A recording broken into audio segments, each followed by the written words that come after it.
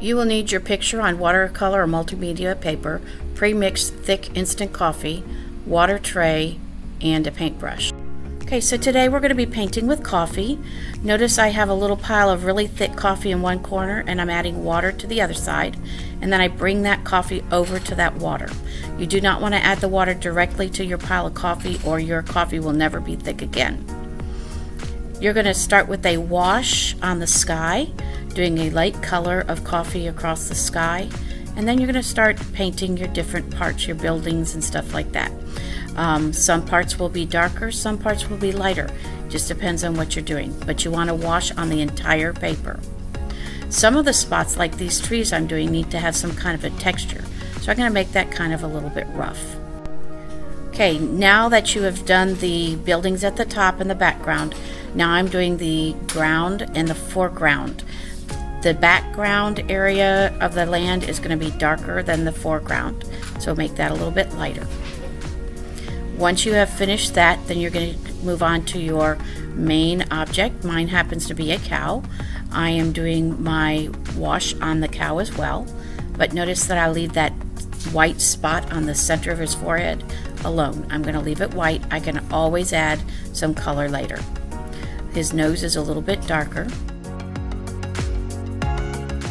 And then you'll notice in a little bit that I'm going to take the straight, really thick coffee and I'm going to paint his eyeballs and his nostrils to make them really dark.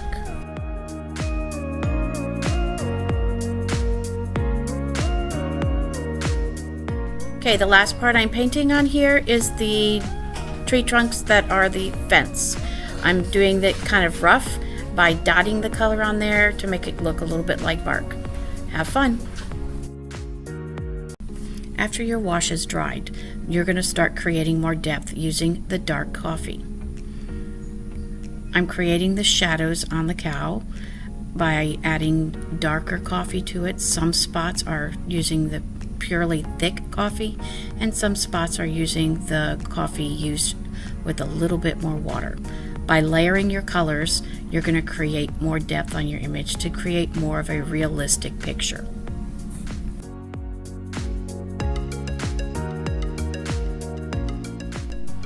Now I'm adding some more depth under his eyes and above his eyes. It's going to make his eyes stand out more. And then on his actual eyeball, I'm putting the pure, real thick, dark coffee. I'm adding some more darkness to the nose in areas, and I'm adding some more ridges above and below his nose.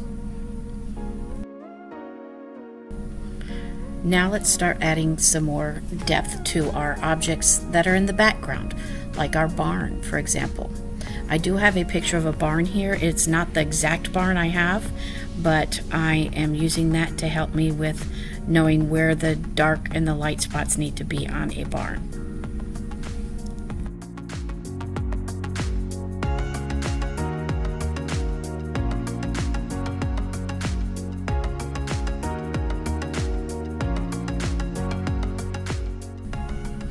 Using the stronger coffee, the darker, thicker coffee, I'm adding some darker sections to the right side of my posts and trying to create it more of a texture to it using those darker colors. Now I've moved up to the bush. I'm creating more texture with that as well as some depth. The more color I add to an area, the darker it's going to be. Now I am doing the ground. I'm going in a left-right motion and creating more darkness at the back. I am making it look textured for the ground. I'll add some shadows next to the posts. And then I'm going to go back to my cow. On my cow, I'm going to start creating more texture on that. The coffee I put on the second layer has dried. With it being dried, I can add more detail and texture to my cow.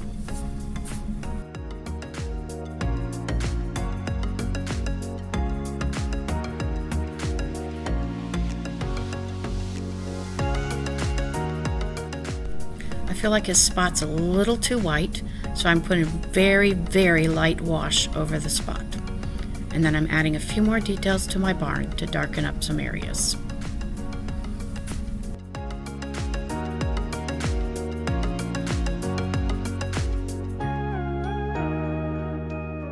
And this is my final cow picture. I hope you have enjoyed painting with coffee. Have a great day.